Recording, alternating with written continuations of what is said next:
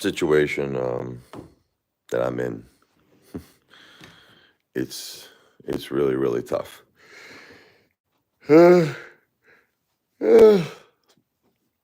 you know, a lot of people just unfortunately never going to understand the situation that I'm in. It's just not going to happen because unless that you're in someone's shoes, unless you're in someone's shoes, you don't get it. You can't. You could talk about it. You could try to make people understand, but people need to be in your shoes. So where do I start? Where do I start? Oh my God. It probably all starts back to my childhood. It starts back to my parents had a very bad marriage. There was a lot of fighting, there was a lot of arguing. And unfortunately, I was always the kind of like the monkey, in the middle. My father wanted me to be on his side. My mom wanted me to be on her side. And, it's terrible. You know what I mean? When the kid has to go through something like that. Naturally, I took my mom's side. I think that's what, most young kids would do because I protect my mother. And I've been protecting my mom her whole life, her whole entire life. Like I remember since I was a little kid protecting my mom. But unfortunately, my mom's family, they didn't get along with my father, and it kind of unfortunately rubbed off on me. I did nothing wrong. I want you all to know that. I did nothing wrong. I never did anything wrong. And so the unfortunate thing it's just that you get to a point in your life where you're just tired of, look, you know what they say? If you love somebody, set them free. There's an old expression. There's a song by Sting. I don't know if you ever heard that before. Great song. And if you love somebody, set them free. Free, free, set them free, set them free. Yeah. The thing is that love is not supposed to be forced in this world. This is the thing. Love is not supposed to be forced. Love is supposed to be very natural. And that's how it's like, with me, my mom, and my wife. We had tremendous, tremendous love, for each other, as well as my beautiful kids, as well as my dogs. Right? So, look, we all love each other. We're a beautiful, beautiful family. But for some reason, I don't know why, we got hit with a tragedy, a big one. Excuse me, a big tragedy that really rocked my world. I mean, I'm all shook up here, like Elvis Presley style. My wife, after a 10-year battle with cancer, passes away. She was the strongest woman. I mean, listen, first of all, we have to acknowledge what a powerhouse she was, how she fought and she fought for her family. She fought in a way like she was Superwoman, like she was Wonder Woman. Because she, again, I called her Mother Goose, my wife, because see, my wife, there's nothing she won't do for her family. She'll jump into the ocean with great white sharks. She'll take on King Kong, Godzilla to protect her children, protect her husband. She really was. She even protected me. She was just an amazing, amazing woman, an amazing family woman. God bless my beautiful wife, Jennifer. Unfortunately, for her to have passed away, she was dealing with too much. The cancer started as breast cancer. It metastasized to the brain, to the spinal cord, inside the spinal cord. She got this aspiration pneumonia. She's dealing with too much. And that's why I hate to say it, but I go back to God now for that issue. Because I just feel God should have helped her. She was so loved and so needed by us. You have no idea how loved and how needed my wife was for the children and me. Michael's only 14, Sophia's only 11. It's just crazy. She was only 46, my wife. The whole thing is crazy. It really is. And we were really never close to our family either. It's just, look, it's a rare thing that happens in life where you're not really close to your family. You're not, and when I say family, I'm not talking about immediate family. I'm talking about extended family. I'm talking about, family outside of the immediate family. I want to be specific. I'm not talking about parents. Excuse me. We were very, very close to Jennifer's mom, Linda. Unfortunately, Linda passed away in 2017 due to acute leukemia. It happened very suddenly. She was a very healthy, beautiful woman.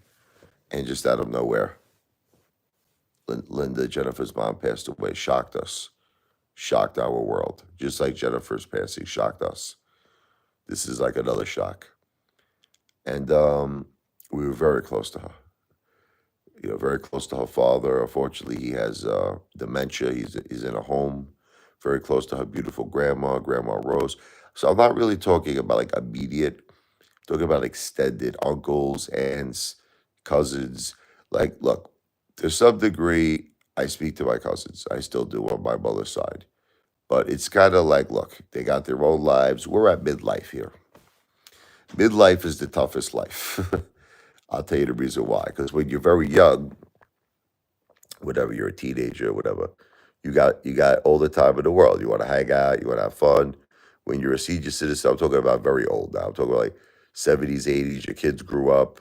You're all alone now, or you're with your spouse. If you're lucky enough to still be with your spouse, and you got a lot of time on your hands. Your grandparents. Middle age is the toughest age because everyone at this age is raising kids. You're married and you're kind of in your own world.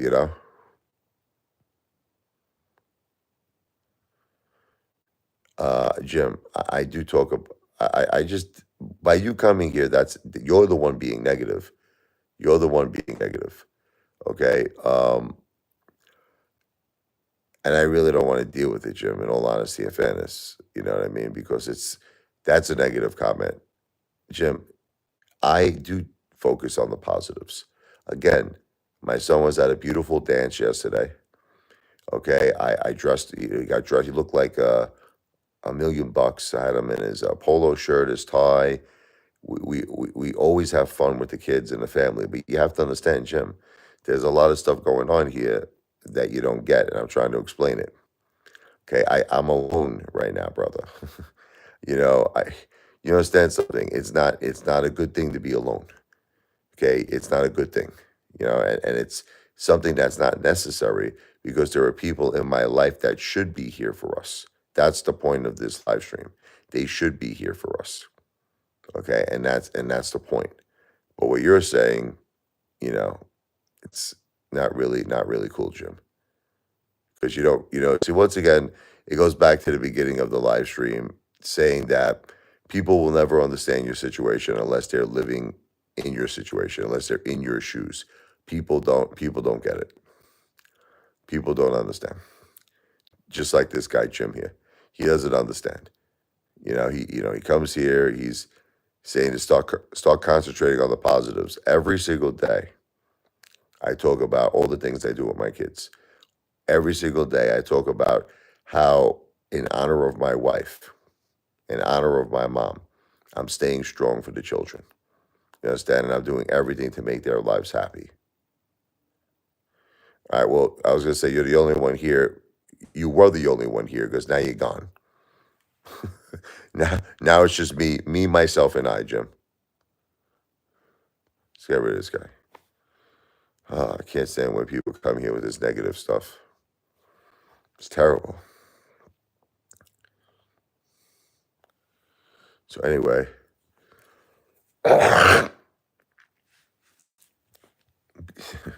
just got completely distracted there. People are never going to understand what you're going through in your life unless they're walking in your shoes. Look, You have to understand something, okay? The way that my life got established is I had me, my wife, and my mom, my kids, and the dogs. And that was the home team. That was the A team. Okay. And that's just the way it worked out. Like I said, I had to go back to the beginning. My mom and my dad had a bad marriage, which ultimately led to my mother living with me and my wife at the very beginning stages of our life. Like I'm talking about when we first got married, 2005. My wife was really cool enough to take my mom in. A lot of women wouldn't have done that, you know. My wife was really nice. And my mom has been living with us for 20 years. I mean, look, don't get me wrong, on and off, like she would, even though she was divorced from my father, she still would kind of spend time with him, and there was times that she'll spend a month with him or whatever. But for the most part, she lived with us. She lived with me and my wife and our children, and her grandchildren. So we were very tight, as you can imagine. We were all very close. And it really just became that all we needed in life was each other. That was it. Like we didn't really spend too much time. See, like how I'm talking about this right now. We didn't um we didn't spend too much time talking about what other people should be doing for us. We didn't care, if you want me to tell you the truth. We didn't spend any time, zero time, talking about my mother's family, talking about Jennifer's family. I'm talking about the extended family. We didn't spend no time doing that. All we talked about was each other. That's it. All we talked about. What are we doing today? You know, what are we doing as a family today? Our whole life, and that's the way it's supposed to be. If you want me to tell you the truth, that's normal. That's a normal life. You know, you focus on you. You focus on your kids. We focus on your kids first. You know, let me change the order of that. You focus on your kids, you focus on your wife, you focus on your mom, you focus on yourself, your dogs, you focus on your family. And that's a normal thing. That's the way a normal mid-age family, you know, like is supposed to do. It's just, but unfortunately, we got hit with a tragedy. We got hit with a big one, not a little one. That's what people don't understand. This is not a little tragedy. It's a big one where my wife, after fighting the good fight with cancer for 10 years, passed away. Very young, too young. And just that alone, okay, if we talk about that, it's not fair. I know you're gonna say life's not fair. I get it. I everybody always has something very derogatory and very negative to say. You know, Rich, that's it. Life sucks, man. Life's not fair. Well, unfortunately, I don't just I don't just shut off that easy. You understand? I don't just shut off. I can't just say, okay, well, after 27 years of having the greatest wife, the greatest mother in my life, my partner, my companion, I can't just shut it off. I can't just close it off. I can't just say, okay, let's move on now. Let's forget about it. Can't just do that. Especially when I feel that I was robbed, my children were robbed. Jennifer was too young. She was 46 years old. So yeah, I constantly will have questions to God about this my whole life until it's my time. And maybe at that point I'll get the answers because this was not right. Okay? This was not right that what happened to my wife. As far as my mom, here's all I have to say about it. At least look, her birthday passed, she was gonna turn 76. 76 is still young, believe it or not. My grandmother Anna, God bless her, made it to 97. That's my mom's mom. And I always felt in my heart that my mother could have made it to 100. She had great genes. It's just unfortunate that after she had a triple bypass, my mother, in 2018, she really wasn't moving that much. She wasn't mobile. See, the thing about my mom is she can't handle, and maybe I take after her in this one thing. Maybe I do. I take after her. She can't handle when something very dramatic happens in her life, like something huge. Like when she got that triple bypass, that was like a huge, gigantic change for her, and she just couldn't. She really couldn't recover from it. My mother, she was never the same again. She wasn't moving. She wasn't walking for years. And I kept telling her, I'm like, look, I did everything to help her. Everything. Rehabs. I got her a beautiful apartment with her cousin. She drove her cousin. I wanted them to go out, get their hair done, go watch movies, go to restaurants. You know, I, I, I tried to give her a zest for life, but it was just too much. God bless her. She really wasn't moving anymore. And I tried to bring it to the doctors. My mom never wanted to go to doctors. She hated doctors. It was hard enough for me to get her into rehab, which I did a whole bunch of times for her to get help. But nobody was helping me. I had a wife with stage 4 cancer. I had a mother who was ill, and no support system. I'm all alone here. But the difference is, I wasn't really alone, if this makes any sense. Because even though my wife had stage 4 cancer, God bless her, and my mother was ill, they were still with me. They were still part of the family. They were still, like, we were still a family. We were a family with problems.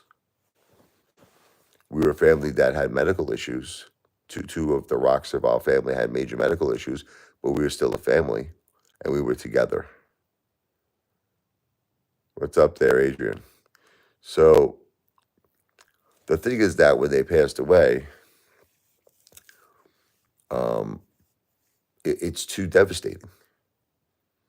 It's too devastating to not have the two people that have always been in your life. Look, Jennifer didn't always have cancer. Let's get the cards to the table. She got diagnosed in 2015. Me and Jennifer got married in 2005.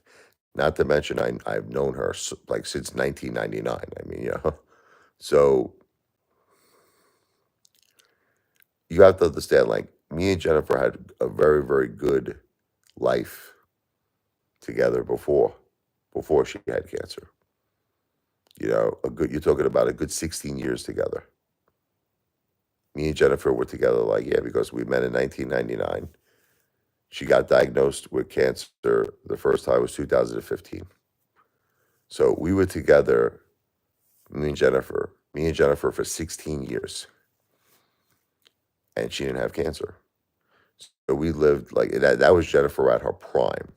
Like, that's the Jennifer I remember. I mean, Jennifer, like, oh, what a Wonder Woman, what a powerhouse. She was a powerhouse even with cancer. That's how strong Jennifer was. Even with cancer, she was a powerhouse. With cancer, without cancer, she was untouchable. She was too so powerful. I never seen anyone more stronger than her. But the thing is, when she got cancer and it turned into stage 4, which was in 2017, we needed to make adjustments. This is what people don't understand. We needed to make adjustments because at that point she needed my help. Once it turned into stage 4, once it spread, she needed help. She's like, I can't work anymore. I can't do all of this myself. I need your help, Rich. That's when I decided to, at the time, I was doing sales for like almost 20 years. I was in sales. That was my career. I left that job to become my wife's full-time caretaker at home, where I actually was able to make money, a monthly income of around 3,000 a month, taking care of my wife and being with her full time. And it just made the most sense because she couldn't work. She needed me home. She needed my help. I was I was blessed enough and lucky enough that I could even make money as her full time because there's a program through the insurance company where you could do that. And it just worked out. And my mom, she had her income, Social Security, pension. I helped her get it. I had to work really hard to get her. My father and her were divorced. You don't know what I had to go through to get her the pension. It took 3 years of fighting. But I got it for her. And we were able to live together as a family and survive because we had this guaranteed monthly income coming in. We were all together and we were happy despite the fact of the medical problems. So, putting aside my wife had stage 4 cancer, putting aside that my mom had, triple bypass, COPD, all of these different medical issues, we were happy. We were a happy family. But unfortunately, the unthinkable happened. Tragedy happened to the highest level of the word tragedy. When my wife Jennifer passed away after 10 years fighting the good fight with cancer, my mom passes away 2 weeks later, if you can believe this. 2 weeks later, my mom passes away. Now I find myself in this situation that I never thought I would be in. I'm sorry, I never thought I would be in this situation. I instantly became a single dad. Instantly. After 27 years of being with my wife, that I've known her. We're married 20 years. This last April 9th was our 20th wedding anniversary, would have been.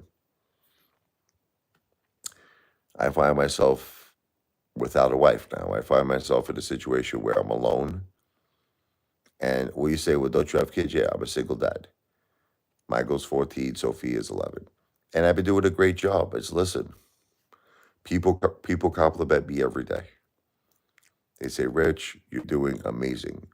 You're doing an amazing job. God bless. Taking care of the kids. But I'm doing the best I could do. That's all I could do, right? I can't do any more than that. But the thing is, I wasn't prepared for all of this. That's what nobody understands. It's like, look, me and Jennifer were a team. That's all. And when Jennifer passed away, she was my soulmate. You're talking about my soulmate here. You're talking about the mother of our children, my best friend, my lover, my companion, my partner in life. 50% of me passed away with her. The other 50% is still alive because I have to be here for our kids. I have to. I have to take care of our children. But I got hit really hard. That's what nobody understands. Now, 2 weeks later, you would think that would be enough, or that's enough tragedy. My mom passes away. My mom comes home from the rehab and she passes away. So now I have a situation where not only did one of the rocks of my family pass away, two passed away, both my wife and my mother. Now I'm grieving, right? You would think like, I could focus on grieving, right? I could focus on getting myself well, getting myself stronger. I can't. You know why? Because we lost our entire monthly income, which again, at the time, I was my wife's caretaker and my mom's income, the pension, Social Security. We lost around $7,000 a month. Gone. So could you imagine, like, you don't even have the time to grieve because now I had to rush out. I had to go make money like a wild man. I got something in my eye here. It's all right. And I've been doing so for the past like 3 months. Just doing whatever I got to do to make up for everything. And the last thing is that then you find yourself in this situation where you don't have a big support system either. You should. People should have a heart. People should care, especially family. They should say to themselves, this guy is going through a lot. His kids are going through a lot. We're gonna be there for them. We're gonna help. But you don't get that really. You really don't get that. You get people who don't call you, kind of in a way ignoring you, even on the most important days. Mother's Day that just recently passed. My mom's birthday, that was the 16th of May that just passed. She would have been 76. And you don't hear from nobody on days where you really, really need to hear from people. So then you realize that not only did your wife pass away, not only did your mom pass away, not only did you lose your entire monthly household income, you realize that you're alone in life. And it's not the most ideal situation. It's not the most ideal combination. Oh man. Anyway, I'm going to talk about this more on another live. Right now, there's not too many people here. I'll be back in a little bit. God bless. Take care, Adrian.